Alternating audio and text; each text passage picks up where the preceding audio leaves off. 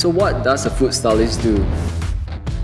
As simple as it sounds, my job is to make food look pretty for the camera. It's not just about taste, it's also about creating a feast for the eyes. I'm CR Tan, photographer and food stylist. In collaboration with Guinness on the Great Grill Out this year, I'll be sharing with you some of my tips and tricks to Instagram-worthy grilled food platters.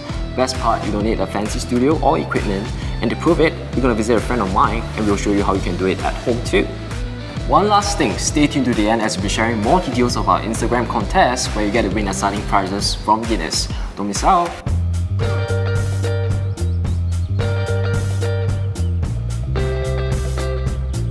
Sierra, first of all, thank you for coming over to my home. I'm really excited about this session. Thank you for having me. Yep. And as per your instructions, I've grilled some meats, some vegetables, and made some sauces. And that is a lot of food, I can see that. I mean, yes. It looks really delicious, like the grill marks on it, the vegetables as well. Perfect. Well, I have to admit, I had another grilling session at Weber with Chef Desmond, so I learned a few tips from him. Yeah. And of course, my private dinner with Chef Shen as well, which was awesome. But I kind of wish like I had my session with you to learn about food styling and taking pictures before that dinner. But nonetheless, we are here now. I'm going to teach you how to style and put things together. Awesome. So basically today's session is pretty straightforward. We have 3 keywords and 3 topics to go through. First is variety. Okay. Second is shape and form. Okay. And third is color. Okay. Yeah. Okay, right. so we've got that. We've got everything here, but also before we start, I must definitely have a cheers with you. I know. Cheers, man. Cheers to Guinness. All right.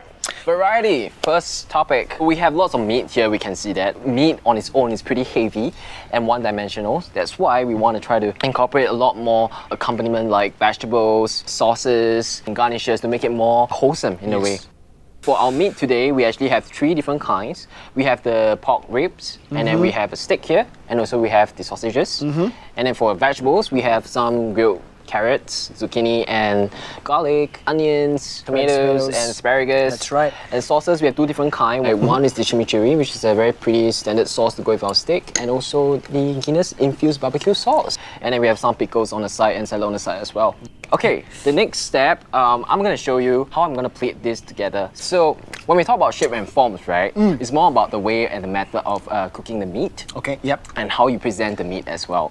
So as you can see, we have different cuts of meat, right? So usually I start with the largest slab of meat. Usually I'll put it right behind because if you put it right in front, the smaller pieces of the elements might get covered. Interesting. So my first thought would have been take the big piece, put it in the center to create the like the height, the right? focal point. Yeah. But like you said, it draws too much attention. Yeah, like if you want to put stuff around it, the one behind here, you can't really see it. Yes. Yeah? Okay.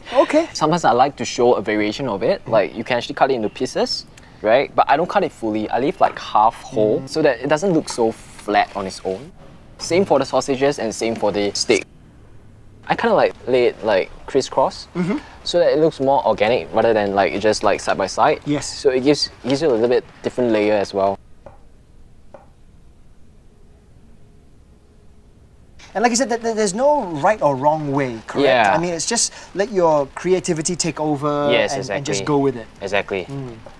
Same thing applies to the vegetables. So I'm just going to get like a few zucchini, a few carrots and bell peppers.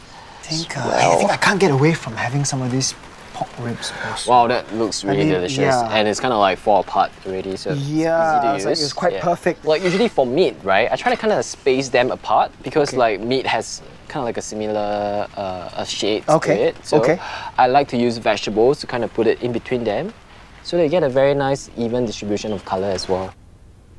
And then what you're saying is also, don't forget to incorporate like the herbs and the sauces, right? Yeah, of course. That's going to be the last topic which we're going to touch on, which is colors. Right? So besides having the variety of colors from your vegetables and meat, right, we also can enhance the colors by using marinade, sauces, dressings, and also garnishing. So that's more like a finishing touch for your platter itself. For me, I'm going to use chimichurri directly on my steak. And then I'm going to add a little bit of Guinness infused barbecue sauce into my saucer. Actually, I got that recipe from Ian. Yeah, it's really good. All the way from Dublin. He told me to use foreign extra stout because it's got a bolder, stronger, even almost more bitter flavor, Yeah. but it means that when you infuse it into a sauce or a marinade, it comes out very, very bold. By using Guinness infused sauce, it gives it kind of like a toffee note, a caramel note as well. And when you use it for marination, when you grill it over high heat, the sugar kind of caramelizes and give you a very nice brown color, which adds to the color of the meat as well. I'm gonna switch it up a little bit. I'm gonna put the sauce, but I'm gonna put it like just as on the, Nice. That's a good just touch. just a different color, just to mix it up a little bit. So when we talk about colors, right, it's not just about the sauces as well and dressing as well. We can also further finish it up with garnishes. So a little bit of greens and salad. Cool. And that's about it. Wow, yours is looking really good, man. Thank you. Yeah. I'm trying. I think it looks pretty good on its own already. Yep. I think a little bit of adjustment from my side would be maybe cut a little bit more. Okay. Because this looked like a huge Still thick too slab. big. Maybe Right. you can just shift this slightly a little bit forward. You see, I still went to my default of the big piece still happened to be in the center. It's not wrong, it's not wrong. No, Yes. sometimes it works. Awesome. It's looking good. Thank you. So our platters are done, right? So on to the next segment, which is the mobile photography.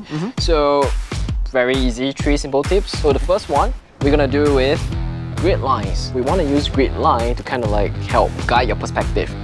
Just trying to match the sides so that you get a very nice flat lay shot of the platter. This looks really nice. Yeah, man. And the next tip is if you feel that you're not a very good photographer, and this tip will never go wrong. Okay. So once you get the platter up, right, go up close. Because when you're up close, you get a lot of textures going on.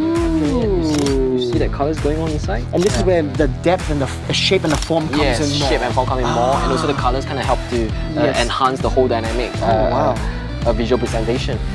And the last tip, maybe Paul, I need your help. Oh, okay. Yeah, so once you're done, maybe you can hold up your platter. Yeah, and Yes. face it forward to me. And I'm gonna take a shot of you, holding it. Smile. So we've come to the end of the session, Paul. Thank you. I love it. Thank That you was so very, very much. informative. And for those of you watching at home, don't forget to take your pics and post them up with our hashtags and our handle to stand a chance to win some amazing prizes. And if you need more information, hit up get.guinness.com. Cilantro. Cilantro. Cheers.